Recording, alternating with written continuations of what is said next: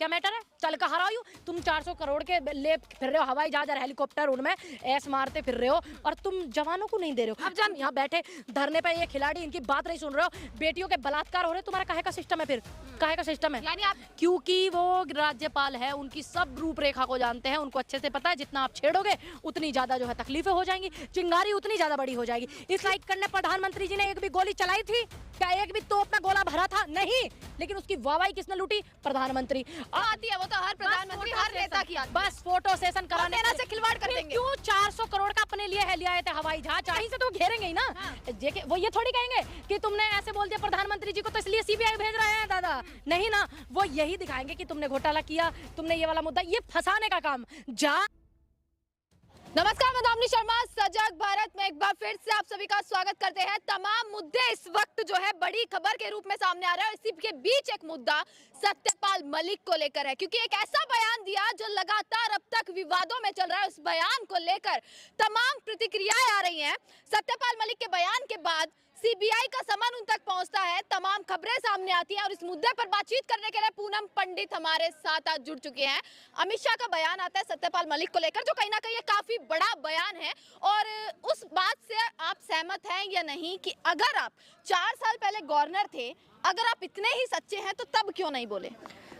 देखिए, उनको आश्वासन दिया गया, जैसा उन्होंने बताया, मैंने वो पूरा 1-1.5 घंटे का इंटरव्यू देखा कि मैं आता हूँ, वो अपने फोटोशूट में बिजी थे। अब देश के प्रधानमंत्री की बात ना मानने पर फिर खंडन बताते हो आप लोग। अगर कोई बात मान ले तो दिक्कत, अगर ना माने तो दिक्कत। तो प्रधानमंत्री की बात सब मानते हैं, सन ये नहीं मानते। उन्होंने नहीं, देखिए जो सही है वो, उन्होंने ये बोला था कि मैं आकर के बात करता हूँ और इस मैटर को सॉर्ट आउट करता हूँ। इस आश्वासन में उन्होंने नहीं बोला, हो सकता है किसी कारणवश ना बोला हो, लेकिन अब अगर बोल रहे हैं तो गृह मंत्री जी के पीछे क्यों प्रधानमंत्री जी आकर के देश को क्यों नहीं बताते क्या हुआ था?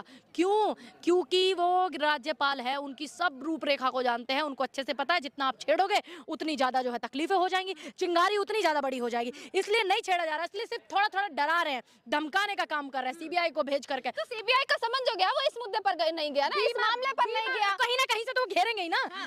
वो ये थोड़ी कहेंगे कि तुमने ऐसे बोल दिया प्रधानमंत्री जी को तो इसलिए सीबीआई भेज रहे हैं दादा, नहीं ना, वो यही दिखाएंगे कि तुमने घोटाला किया, तुमने ये वाला मुद्दा, ये फंसाने का काम, जाल डालने का जो काम करते हैं इनका पहले से है। अब इन्होंने कहीं ना कहीं से तो किसी को घेरना ना, ताकि लोगों को चुप कराया जा सके, ताकि इनके खुद के नेताओं को चुप कराया जा सके। लेकिन शुक्र है कि वो बंदा चुप नहीं हो रहा है, और क्योंकि देश के किसानों की पावर उस आदमी के साथ है, और ऐसा नहीं है कि देश के किसानों की पावर किसी के साथ में अगर लगी हो तो वो हार गया हो, ऐसा कभी नहीं हो। अगर आदमी सच्चा है, सही है, तब देश का अन्नदाता उनके साथ लगता है, और ऐसी बात नहीं है कि हर चीज का निवारण है।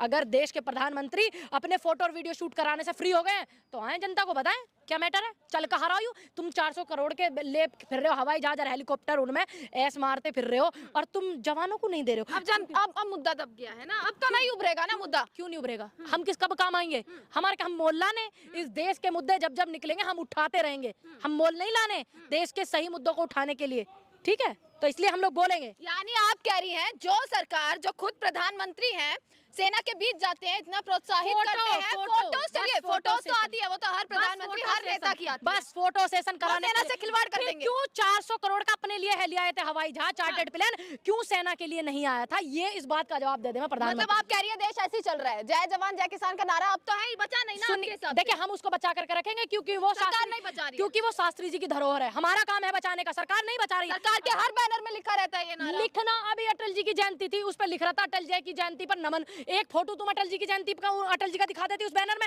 ये दिक्कत है, ये दिक्कत है। तो हम शास्त्री जी की धरोहर है, उन्होंने नारा दिया किसान को और जवान को, हम उसको बरकरार रखेंगे, ये लोग नहीं चाहते। ये सिर्फ अपना प्रचार प्रसार, आज तक जितने होर्डिंग, जितने बैनर लगे, कितने करोड़ का प्रचार हुआ, कितने अरब का हुआ बताएंगे? अभी गए थे ये कहीं पर, 9 करोड़ कुछ का इनकी रैली में खर्चा हुआ, 9 करोड़ जो 90 करोड़ के आसपास का, क्या बताएंगे वो कहां से आया? देश के प्रधानमंत्री अपनी जमीन बेच करके लाए थे, अपना घर बेच करके लाए थे, और इतना प्रचार अपने आप इसमें कर रहे हो। जनता इतनी दुखी हो रही है, तुम दुनिया को बेरोजगारी से मार रहे हो, और तुम यहाँ बैठे धरने पे ये खिलाड़ी इनकी बात नहीं सुन रहे हो, बेटियों के बलात्कार हो रहे, तुम्हारा काहे का सिस्टम है फिर? काहे का सिस्टम है? यानी आप कह रहे हैं खिलवाड़ किससे हो रहा है? सिस्टम को कैप्चर करके रखा हुआ है, ये सिस्टम को सिस्टम के तरीके से काम नहीं करने दे रहे हैं। अगर ये सिस्टम को सिस्टम के तरीके से काम करने देते तो आज ये हालत नहीं होती कि जीडीपी कहां पहुंच रही है, बलात्कार किस लेवल पर पहुंच रहे हैं, किसान किस लेवल पर आंदोलन कर रहे हैं, आत्महत्या कर रहे हैं। ये तो तय कर ही रही है जनता, जनता तय कर तो रही है इसको कि सिस्टम सही चल रहा है या नहीं चल रहा है। अगर सिस्टम सही चलता तो इतने आंदोलन क्यों होते? हाँ। अगर जिन मशीनों का रिकॉर्ड दिया था कि 2 लाख कुछ मशीनें खराब हैं ईवीएम की, तो उनसे वोट क्यों डलवाया गया? और जिन्होंने मशीन बनाई थी उन्होंने इस मशीन को वहां बैन कर दिया। तुम्हें क्या तकलीफ है ईवीएम को बैन करने में? ये बात का जवाब हमें चाहिए। आप कह रही है सिस्टम सही नहीं है, सिस्टम सही नहीं होता तो कैसे जीत हो जाती है फिर? सिस्टम पहले से ही सही था, लेकिन ये सिस्टम को सही तरीके से काम नहीं करने दे रहे हैं। उसको सीबीआई ईडी समन भेज करके उसको उसके काम करने से रोकते हैं। अच्छा, आप कह रहे हैं कि सिस्टम सही नहीं है, मुझे बताइए जीत कैसे हो जाती है? अभी मैंने आपको बताया, ईवीएम बोल रही हैं। अभी मैंने आपको बताया, ईवीएम जब बोल रही 2 लाख मशीनों का रिकॉर्ड आया था, 1 लाख कुछ थी, 1,96,000 के आसपास में रिकॉर्ड आया था कि ये खराब है, तो आपने उन मशीनों से वोटिंग क्यों कराई? दूसरी बात, पूरी बात, जापान में मशीन को बैन किया हुआ है, तो तुमने क्यों नहीं बैन किया? जहां की ये मशीन आई हुई है, तुमने क्यों नहीं बैन किया? इसको बैन करो ना। आप कह रही है, चलिए ये ईवीएम तब कहाँ जाती है जब विपक्ष कहीं जीत होती है, विपक्ष की तब कोई नहीं उठाता ईवीएम का मुद्दा। विपक्ष की जीत हो या हार हो, ईवीएम का मुद्दा जब किसान आंदोलन के दौरान से हम लोग उठा रहे हैं, उसको उठाते रहेंगे। ईवीएम सबसे बड़ी मेन चीज। जी बिल्कुल उठाते रहेंगे, चाहे विपक्ष कहीं भी जीते, चाहे कांग्रेस कहीं भी जीते, लेकिन हम इस मुद्दे को उठाते रहेंगे। किसान आंदोलन के दौरान से हम इस मुद्दे को उठा रहे हैं, उठाते रहेंगे। तो क्या आपको लग रहा है अब किसान आंदोलन जो है कहीं ना कहीं दोबारा शुरू होने को मिल सकता है? क्योंकि सत्यपाल मलिक ने भी ये चीज जो है सामने रखी है, मैंने जिस बहुत दिन तरीके से पहले समर्थन वो दे रहे हैं देखिए, किसान। सतपाल मलिक जी ने ये बात अब रखी है, और मैंने आज से 6 महीने पहले बोल दिया था कि 24 के चुनाव से पहले आंदोलन होगा, और वही होगा जहां बैठ करके देश का इतिहास बदला था, देश का इतिहास रचा था कि तानाशाह भी झुक सकता है, वही होगा। आप कह रही हैं देश की सेना जो गौरव है और जो रक्षा करती है, आप कह रही हैं उसमें भी राजनीति कहीं ना कहीं देखने को मिल रही है। बिल्कुल मिल रही है। क्यों? तो आप ये भी सवाल उठा देंगे कि जितनी भी स्ट्राइक हुई है वो भी कहीं ना कहीं दिखावा था। देखिए, क्यों नहीं उठाएंगे सवाल? जब सवाल है तो उठेंगे भी। अब जब कोई चीज होगी नहीं तो उठेगी कहां से? उसे पड़ी रहेगी। दूसरी बात, सेना हमारे वर्ल्ड में सबसे ज्यादा पावरफुल मानी जाती है, भारत की जो सेना है। अब उन सैनिकों के लिए तुम प्लेन नहीं दिलवा रहे, और जब वो स्ट्राइक करते हैं, जब वो कुछ करते हैं, तो उसकी वाहवाही देश के प्रधानमंत्री ले लेते हैं। क्या स्ट्राइक करने प्रधानमंत्री जी ने एक भी गोली चलाई थी? क्या एक भी तोप में गोला भरा था? नहीं। लेकिन उसकी वाहवाही किसने लूटी? प्रधानमंत्री। अब देश के प्रधानमंत्री वाहवाही लूटेंगे? अब से पहले भी स्ट्राइक हुए, लेकिन उसका क्रेडिट सेना को मिला है। देश में मेडल लेके आई थी मीराबाई चानू, तो दिल्ली में मैंने होर्डिंग देखे थे, मोदी जी धन्यवाद मीराबाई चानू को मेडल दिलाने के लिए। मोदी जी क्या गले में बांट रहे? मीराबाई चानू का योगदान था, मेहनत करी थी पूरी जिंदगी, तब मेडल आया था। तो हमें क्रेडिट क्यों दें? क्यों दें हम इन्हें क्रेडिट? जब कोई अच्छा काम हो जाता है तो मोदी जी को क्रेडिट चाहिए, जब खराब हो जाता है तो उसका भी तो क्रेडिट प्रधानमंत्री लेंगे? नहीं लेंगे। देश में इतनी चीजें बढ़ी, नारे लगे, देश ने माफी मांगी एक महिला की वजह से, इनकी राष्ट्रीय प्रवक्ता की वजह से, फिर माफी मांगी, उसका सबका क्रेडिट मोदी जी लेंगे?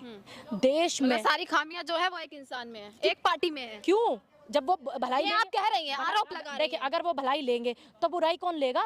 जब कोई मीराबाई मेडल लेके आते तो मोदी जी धन्यवाद होता है। मतलब आप कह रही है, चलिए क्या गवर्नर की कोई रिस्पॉन्सिबिलिटी नहीं थी? क्या वो इतना सा भी जिम्मेदार नहीं है इस पूरे मुद्दे में? कहा नहीं उन्होंने? क्या उन्होंने खुद अपनी स्पीच में नहीं कहा? हाँ, मैं ये देखो, उस बंदे ने अपनी गलती मानी। आप इस बात को क्यों नहीं देख रही है? उस बंदे ने बैठ करके ये कहा कि हाँ मैं रिस्पॉन्सिबल हूँ, मेरी भी गलती है, लेकिन इनकी तो उससे भी ज्यादा बड़ी गलती, क्योंकि उन्होंने गृह मंत्रालय से मांगे थे। तो कोई प्रोटोकॉल होता है जो गृह मंत्रालय से मांगे थे, और उन्होंने राज्यपाल से नहीं मांगे थे चार्टर्ड प्लेन। लेकिन उस आदमी ने ईमानदारी के साथ अपनी गलती को स्वीकार किया। या तो देश के प्रधानमंत्री बैठ करके गलती को स्वीकार करें और उन शहीदों को सही मायने में, उनकी जो परिवार वाले हैं उनको शहीदी जो है उनको नमन करने का वो करें, और उनको जो शहीदी के परिवार को मिलती है मदद, वो पूरी मदद करें और अपनी गलती को स्वीकार करें। क्या? परिवार वाले तो जांच की भी मांग कर रहे हैं। बिल्कुल जांच होनी चाहिए। होगी या नहीं ये बात प्रधानमंत्री बताएंगे। मैं तो कहती हूँ होनी चाहिए जांच। मैं तो कहती हूँ होनी चाहिए। क्यों नहीं होनी चाहिए जांच? देश के जवानों की बात है, कोई अरे गहरे की बात नहीं है। शहीदी हुई है, किसी का बेटा गया, किसी का घर वाला गया, किसी के बाप गया, किसी का भाई गया। समझ में आया? अच्छा, आखिरी सवाल मेरा यही है, तमाम जो खबरें आ रही हैं ये कहना है कि कहीं ना कहीं नेशनल मीडिया में सत्यपाल मलिक को लेकर कुछ भी खबर नहीं चली है। क्या मुद्दे भटकाने की कोशिश हो रही है? सुनिए, देश के मीडिया में क्या तू में लड़ाया जा रहा है वो सबको पता है, पूरे देश देख रहा है। आज देश के 3-4 बार के गवर्नर रहे इतने सम्मानित व्यक्ति को मीडिया में स्पेस नहीं दिया जाता, इतनी छोटी सी भी खबर उनकी नहीं लगती। तो आप मान लीजिए कि मीडिया का स्तर कितना गिरा हुआ है। मान लीजिए देश के मीडिया का, मिनिस्ट्री मीडिया का कितना स्तर गिरा हुआ है। मुझे समझाने की जरूरत नहीं है, क्योंकि इनकी औकात किसान आंदोलन में हम देख चुके। अब देखने की बारी है जनता की, वो देख रही है। चलिए, इसी के साथ पूनम पंडित हमारे साथ मौजूद थी और सत्यपाल मलिक के बयान को लेकर लगातार तमाम खबरें आप तक पहुंचा रहे हैं। विवादों में अब तक बयान बना हुआ है और लोग जो है इस पर खुलकर अब सामने बोल रहे हैं कि आखिरकार जांच होगी या नहीं, ये सबसे बड़ा विषय है। और तमाम खबरें आप तक पहुंचा रहे हैं। देखते रहेगा सजग भारत। आपका बहुत